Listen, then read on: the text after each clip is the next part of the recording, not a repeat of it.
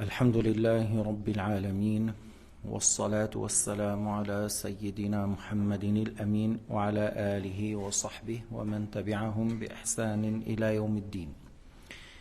كتاب العقيدة الطحاوية، شرح العقيدة الطحاوية، صحيفة 26. On est dans le livre, le commentaire sur le livre Al-Aqida al-Tahawiyya, qui est un livre fait par un grand imam de parmi Salaf qui s'appelle Abu Ja'far al-Warraq al-Tahawi. Et sur ce livre, il y a l'unanimité des savants de l'islam depuis 11 siècles. C'est un livre accepté par la communauté de l'Est à l'Ouest depuis 11 siècles. إذا كتاب الطحاوية كتاب مجمع عليه تلقته الأمة بالقبول من 1100 سنة. علماء الأمة المحمدية قبلوا هذه العقيدة وقالوا نعم، يعني هذه عقيدة أهل السنة والجماعة، هذه عقيدة السلف، هذه عقيدة الأئمة الأربعة، هذه العقيدة التي كان عليها الصحابة. C'est la croyance de Salaf al-Salih, c'est la croyance de Ahl-Sunnah wal-Jama'a, c'est la croyance des compagnons depuis 11 siècles. Dans le commentaire, le Cheikh Abdullah rahimahullah a dit à la page 26: فإن قيل قال ابن عباس تفكروا في الخلق ولا تفكروا في الخالق أي فهو منهي عنه، قلنا إنه ورد النهي عن التفكر في الخالق أي فهو منهي عنه، بمعنى إيش؟ لا تتفكر لتصل لمعرفة الخالق، لا أحد يعرف الله على الحقيقة إلا الله. هذا معنى قول ابن عباس. Alors si quelqu'un nous dit mais Ibn Abbas a dit méditez dans la création et ne cherchez pas à connaître la réalité du créateur. Alors ça veut dire, s'ils nous disent voilà, alors il ne faut pas parler du créateur. On a dit, mais Ibn Abbas, sa parole, c'est dans le sens ne cherchez pas à connaître la réalité, parce que c'est Allah subhanahu wa ta'ala seul qui sait sa réalité. Nous, on ne peut pas connaître la réalité de Dieu et la réalité de ses attributs, mais on le connaît par les attributs qui sont mentionnés dans le Coran et la Sunna. نحن لا نخوض لمعرفة حقيقة الله وحقيقة الصفات، إنما نتكلم فيما جاء في القرآن والسنة. إثبات الصفات مع التنزيه. Nous, on parle de Dieu Azza wa Jal dans ce qui était dit dans le Coran et la Sunna par le fait d'affirmer et d'attribuer à Allah subhanahu wa ta'ala tous les attributs qui sont mentionnés dans le Coran et la Sunna, avec le fait toujours de mettre la clarification qu'Allah ta'ala ne ressemble pas à ses créatures et les attributs de Dieu ne sont pas comme les attributs des créatures. فقال إنه ورد النهي، قلنا إنه ورد النهي عن التفكر في الخالق مع الأمر بالتفكر في الخلق، فإنه يوجب النظر والتأمل في ملكوت السماوات والأرض ليستدل بذلك على الصانع. يعني lorsqu'il a dit Ibn Abbas, méditer dans la création des créatures. Pourquoi? Parce que lorsque tu vois autour de toi les cieux, la terre, le soleil, la lune, les arbres, les animaux, toutes ces choses-là, tu déduis qu'il y a un créateur et que ce créateur, il a les attributs comme la toute-puissance, la volonté, la création, le non-ressemblance aux créatures, qu'il est sans début, sans fin. Par le fait de méditer autour de toi, tu arrives à avoir par l'argument rationnel qu'il y a un créateur et ce créateur ne doit pas être comme les créatures qui changent d'un état à un autre. Allah Ta'ala, le créateur, ne change pas. يستدل على وجود الصانع الذي لا يشبه المخلوقات. On arrive à déduire qu'il y a un créateur qui n'est pas pareil aux créatures, parce que si on a su que ce bas monde est une créature, comment? Par le changement. Par le changement, on a su que c'est un monde créé. Alors celui qui l'a créé ne doit pas avoir le même attribut du changement. Subhanalladhi yughayyir wa la yataghayyar. Gloire à celui qui fait changer les choses sans que lui change. ومن لم يعرف الخالق من المخلوق كيف يعمل بهذا الأثر. C'est une parole très jolie. Il a dit Sheikhna, celui qui ne connaît pas la différence entre le créateur et les créatures, alors comment il va mettre en pratique la parole de Ibn Abbas? Celui qui ne fait pas la distinction entre les créatures et le créateur. Il y a une parole dite par le grand imam الجنيد. الجنيد لما سئل عن التوحيد فقال اليقين، ففسر سئل قال لا خالق لشيء من الأشياء مكون لها إلا الله. Une fois on a posé la question à l'imam al-Junayd au sujet de tawhid, il a dit la certitude. On lui a dit qu'est-ce que tu veux par ça? Il a dit le fait d'avoir la certitude que c'est Allah Ta'ala qui a créé toutes les créatures. وفي سؤال آخر on a parlé de tawhid on a posé la question à Al-Junayd قال إفراد القديم من المحدث إفراد القديم من المحدث le fait de savoir que Allah Ta'ala l'éternel ne ressemble pas aux créatures qu'il y a le créateur qui est éternel et il y a les créatures إفراد القديم من المحدث le fait de savoir qu'il y a le créateur éternel et il y a les créatures alors il ne faut pas dire que les créatures sont éternelles comme ils ont dit les philosophes Ibn Taymiyyah, et il ne faut pas dire que le créateur est les créatures, ou le fait de dire que le monde est le créateur, comme ils ont dit certains qui prétendent être soufis, ils ont dit le monde est Dieu. Alors ça c'est très grave, proche de ce qu'ils ont dit les athées. إفراد القديم من المحدث بمعنى لا يقال أن العالم هو الله إنما هذا العالم مخلوق وخالقه هو الله فالله أزلي والعالم محدث.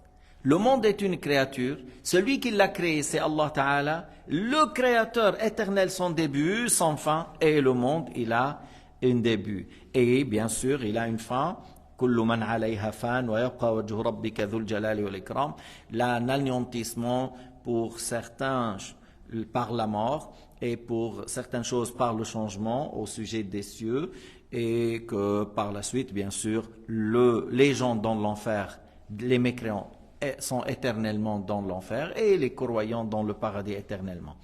بعدين فناء بعض الناس يكون بالموت وفناء السماوات تتغير عن الهيئة التي هي عليه كما قال تعالى كل من عليها فان ويبقى وجه ربك أي ذات ربك ذو الجلال والإكرام. بعدين يبقى أنه الجنة والنار باقيتان بإبقاء الله لهما ليس بقاء ذاتيا بمعنى أن الله شاء لهما البقاء وليس صفة البقاء للجنة والنار ليست صفة ذاتية كما صفة البقاء لله. L'éternité pour le paradis et l'enfer sans fin, c'est Allah qui a voulu pour ces deux demeures de rester éternellement. Et leur éternité, c'est pas comme la non-fin pour Dieu. La non-fin de Dieu pour Dieu, c'est un attribut. La non-fin de Dieu, c'est son attribut, tandis que le paradis et l'enfer, ils acceptent selon la raison de l'anéantissement, mais Allah a voulu qu'ils restent. Chaque instant ont besoin de Dieu Azza wa Jal. وموضوع هذا العلم علم التوحيد النظر في الخلق لمعرفة الخالق. Qu'est-ce qu'on parle de tawhid? C'est quoi son sujet? Il a dit son sujet, le fait de regarder dans les créatures, méditer, et pour connaître qu'il y a un créateur. Pour méditer dans les créatures autour de nous, et par ça tu déduis qu'il y a un créateur. قيل في تعريفه علم يتكلم فيه عن أسماء الله تعالى وصفاته وأفعاله وأحوال المخلوقين من الملائكة والأنبياء والأولياء والأئمة والمبدأ والمعاد على قانون الإسلام لا على أصول الفلاسفة الذين تكلموا في حق الله وفي حق الملائكة اعتمادا على مجرد النظر والعقل. Alors, ça a été dit au sujet de Tawhid, c'est quoi? Comment peut-on définir? At-Tawhid, c'est une science par laquelle on parle de Dieu et ses noms et ses attributs, ses actes. Et on parle de l'état de certaines créatures, comme les anges, les prophètes, les vrais pieux, les vrais saints et les imams. Et on parle de les imams, c'est-à-dire les califes, on veut dire par ça. Et la création des créatures et la résurrection, le ba'th, le fait d'être ressuscité après la mort, selon les lois de l'islam, et c'est pas selon les fondements ou les théories des philosophes. Parce que les philosophes, ils ont parlé au sujet de Dieu, au sujet des anges, en s'appuyant seulement sur la raison et voilà, le fait de chercher ou argumenter par la raison sans se référer à ce qui était dit par les prophètes qui ont transmis la parole de Dieu Azza wa Jal. فجعلوا العقل أصلا للدين يعني الفلاسفة ils ont dit la raison est la base pour la religion. Alors c'est pas comme ça chez Ahl-Sunnah wal Jama'a. Ahl-Sunnah wal Jama'a ils ont dit la religion on le connaît par les textes dans le Coran et la Sunna. Le Coran qui est rapporté par Tawatur, la Sunna qui est confirmée juste. Et la raison en est témoin. Et la raison en est témoin. Alors, les choses, que ce soit dans la croyance, que ce soit dans la pratique halal et haram, et dans la croyance, tout ça, c'est confirmé par les textes que les prophètes transmettent. Et la raison en est témoin. Alors, la raison et la religion de l'islam ne sont pas séparés. Le grand soutien de l'islam, c'est la raison. Le seul moyen de savoir la véracité de l'islam, c'est la raison. Mais c'est pas par la raison que moi je vais parler des attributs de Dieu. Je parle des attributs de Dieu en se référant al-kitab wa sunna. إذن الفلاسفة جعلوا أن العقل أصل للدين. هذا خطأ. هذا الدين يثبت إيش؟ بالنصوص الشرعية من القرآن والسنة، والعقل شاهد على ذلك. العقل والشرع لا يتناقضان، لا يتعارضان، بل العقل شاهد الشرع. قوة الإسلام أن هذا الدين مؤيد بالعقل السليم، بالنظر السليم، بالعقل السليم. النظر الفاسد كبعض الفلاسفة نظروا نظرا فاسدا فأداهم إلى نتيجة فاسدة، وهكذا كل إنسان استعمل العقل استعمالا فاسدا يصل إلى نتيجة فاسدة. إذا استعمل العقل استعمالا صحيحا يجد إلى شيء صحيح. لما كان المجسمة لا يستعملون العقل، يتركون العقل جانبا ويحملون الآيات المتشابهة على ظاهر فيجسمون، افتركوا فصاروا يقولون إذا تعارض الشرع والعقل. هذا لأنهم جهال بعيدين عن الفهم، بعيدين. القول بالتجسيم دليل على نقص العقل، وهم لما قالوا به صاروا يقولون إذا تعارض العقل والشرع نأخذ مع الشرع. هذا باطل، هذا نحن لا نقوله. هذا النصارى يقولون مثل هذا. النصارى يقولون خلاص نحن هذا المذكور هو الذي نأخذ به، ولا يعملون العقل بأن الله لا يجوز عليه الولد، الله لا يجوز عليه التعب، الله لا يجوز عليه التناقض، الله تعالى لا يجوز عليه الحدوث. أما المجسمة تجوز على الله الصفات الحادثة، وتجوز على الله القعود والجلوس والحركة والانتقال والاتصال والانفصال والأعضاء والجوارح والحد والحجم والكمية، وكل هذا كفر، كما نقل ذلك البيهقي عن الحليمي في كتابه شعب الإيمان صحيفة 104. Alors j'ai dit que les Mu'tazila ont mis la raison comme référence pour la religion, et par ça ils parlent, selon la raison, ils parlent de Dieu, de ses attributs, et ça c'est faux. Ça c'est faux, on n'a pas le droit de parler de Dieu seulement en s'appuyant sur la raison. On parle de Dieu et ses attributs et des lois de l'islam, halal et haram et obligatoire, et au sujet des attributs de Dieu, ses actes, ce qui convient à Dieu, ce qui ne convient pas à Dieu, par les textes dans le Coran et la Sunna, et par la suite on dit la raison et on est témoin. La raison et tout ce qui a été rapporté dans le Coran et la Sunna qui est confirmé juste, il n'y a pas de contradiction, c'est cohérent. Et c'est là on dit la grande force de l'islam, c'est que la raison le soutient. Il n'y a pas une contradiction entre l'islam et la raison. J'ai dit, tu vois alors l'erreur de philosophe, ils ont dit on s'appuie à la raison seulement. Et il y a un autre extrême maintenant. L'autre extrême c'est que Al-Mujassima, lorsqu'ils ont dit que Dieu est un corps, et si on leur dit par la raison, il dit laisse la raison à côté. Même certains m'ont dit s'il y a une contradiction entre l'islam et la raison, on laisse la raison à côté. Si la raison contredit la religion, on laisse la raison à côté.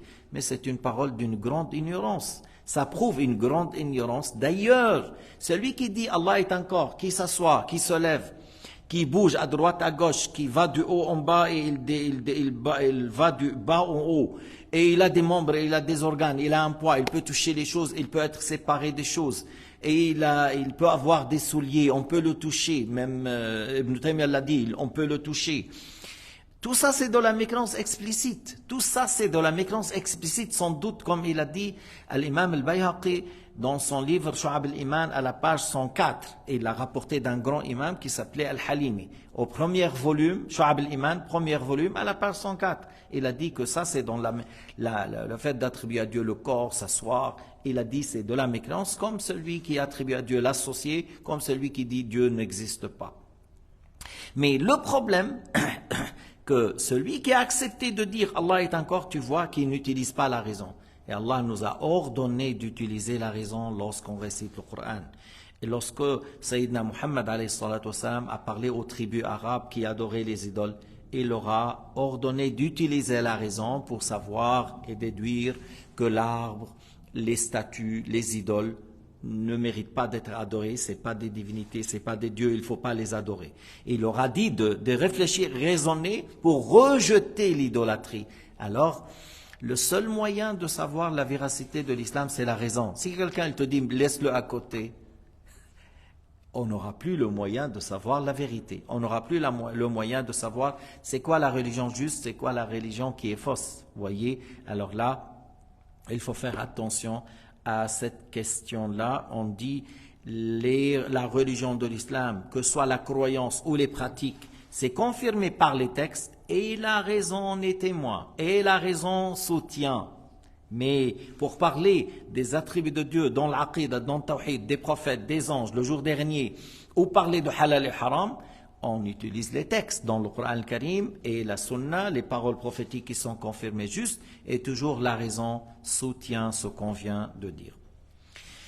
فجعل الفلاسفة العقل أصلا للدين فلا يتقيدون بالتوفيق بين النظر العقلي وبين ما جاء عن الأنبياء. Eux, les philosophes, ils ne cherchent pas à dire voilà, ce qui est confirmé par la raison et il doit être en conformité avec ce qu'ils ont dit les prophètes. Non, ils ne regardent pas qu'est-ce qu'ils ont dit les prophètes. Et là, on dit c'est leur erreur parce que c'est possible que certains parmi eux déduisent d'une manière erronée. Ils regardent d'une manière erronée, ils cherchent par la raison et des fois ils raisonnent mal, alors il aura une fausse manière, une fausse résultat. Mais par exemple, Zayd ibn Amr ibn Nufayl, par la raison, il est arrivé à un bon résultat. As'ad ibn Zurara, il est arrivé à un bon résultat. Khalid al-Absi, il est arrivé à un bon résultat. Encore d'autres personnes arabes ont utilisé la raison et ils ont arrivé à un bon résultat que Allah Ta'ala, le Créateur, ne ressemble pas à ses créatures. On n'attribue pas à Dieu le ressemblance aux créatures, on ne dit pas qu'il est un corps et c'est lui qui mérite d'être adoré. فإذا علماء التوحيد يتكلمون في باب العقيدة يستشهدون بالعقل على صحة ما جاء به أو ما جاء عن الله وعن رسول الله. Les savants de tawhid, ils prennent la raison comme référence pour appuyer et soutenir que ce que les prophètes ont transmis de la part de Dieu et leurs paroles est juste. Et il n'y a pas une contradiction entre la parole de Dieu et la raison, la parole des prophètes et la raison. Alors selon les savants de l'islam, al-aqlu shahidu shara'. La raison est le grand témoin de la véracité de l'islam. Alhamdulillahi rabbil alamin. Sallallahu ala sayyidina Muhammad wa ala alihi wa sahbihi wa sallam tasliman kathira.